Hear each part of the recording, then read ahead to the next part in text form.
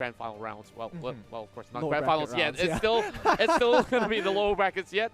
And for Group A, of course, there were so many of these great contentions, but RRQ will be heading in towards that playoff runs on the upper bracket. Yeah, as well as VFM. I love the fact that both Group A and Group D had their own, qualifying team, qualifying M1 qualifiers. That's what it's called. M1 qualifying teams actually coming through. It shows a lot that how much talent there is outside of the regions that have their own MPLs. Same thing goes for Group B with Burmese Ghouls, who I'm excited to see how they actually fare up against the competition. Well, definitely really exciting when you are heading in towards the upper bracket because those are those sort of undefeatable titans there. A lot of them actually exit the group with 2-0 clean sweeps. Yeah. So that's definitely one to actually look out for because some of the Titans will fall down to the lower bracket with a little bit of that safety net to catch them if they were ever to fall. Yeah. So heading in towards the playoff runs, we're also seeing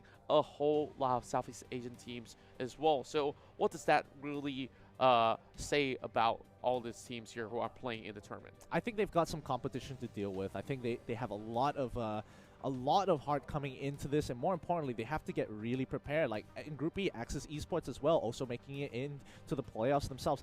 They really have to prepare themselves. Todak in Group C, they need to be ready for what is to come, as well as Sunsparks. That's right, the Malaysian side, one of them are also leading the pack, heading in towards the upper bracket as well. So I would say that they definitely stand a chance to actually fend off the rest. But in that sort of sense, we are looking at the Indonesian side. Of course, we have RQ on Group A, and Group D, we have Evos Legends making out as well. So these two are definitely one of the hot favorites coming into the tournament. And now it's time for us to unveil the standings for Group D. Yep, and as you know, the top two advance to the playoffs here. It's going to be the battle of natural selection as Evos Legends coming up at the top. 6 wins, 1 loss with a total of 8 points, followed up by 10 Second Gaming, 5 wins, 2 losses by the hands of Evos Legends with a total of 7 points. And unfortunately, we have to say goodbye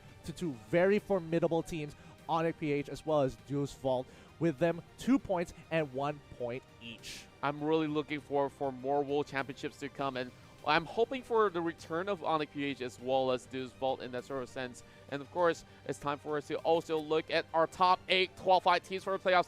From Indonesia, we have Rex Regum, Keon, as well as Evos Legends and the upper bracket alongside Burmese Ghouls as well as Todak. Yep, with the representative Sunsparks from the Philippines and the M1 qualifiers, Burmese Ghouls, Vec Fantasy Main, as well as 10 Second Gaming. I love that we have so many from the M1 qualifiers. Oh, yes, indeed. Now, this is definitely going to be that all-out brawl that we're seeing happening in Asiata Arena over the weekend. Starting out the first match on the upper bracket, we'll have RRQ versus Todak of Malaysia, and then we'll see Burmese Ghouls fend off against Evos Legends. Yeah, I mean, overall, this is going to be extremely important for all of these teams. You thought the excitement just stops here. No, it does not. The real tournament begins for M1 during this playoffs. RRQ versus Todak going to be an exceptionally difficult battle to go through. Same as Burmese Ghouls and Evos Legends. But looking down at the lower bracket, Vec Fantasy Main against Sunsparks,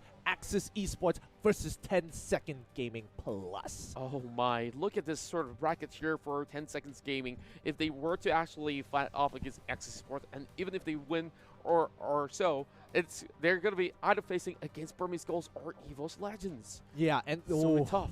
This is, it honestly is going to be super, super tough. We're just going to have to wait and see how this plays out, because at the very end, in the lower brackets, you have only one chance to survive. You lose that best of 3, it's over for your journey in M1. Playoff bracket, you want to be in that upper bracket, man. You technically get a second life. Yes, and with that being said, there's no more chance for them to climb anymore because group stages are all over. It's all about this best of 3s. Heading in towards the semifinals, we'll start to see those best of 5s being played out. And in the grand finals, we're seeing the first ever best of 7. Yeah. Ooh. That is something that's really different. Yes, extremely. It takes a lot of stamina to finish off a best of 7. Yeah. And again, we've seen a lot of best of 5s. Like that's already exhausting when you're playing, all the way for both sides. But best of 7, it's a whole new ballgame, like you mentioned. And now that will definitely conclude the rest of the day. Now it's time for us to bring out the match highlights of today, and we'll bid you good night.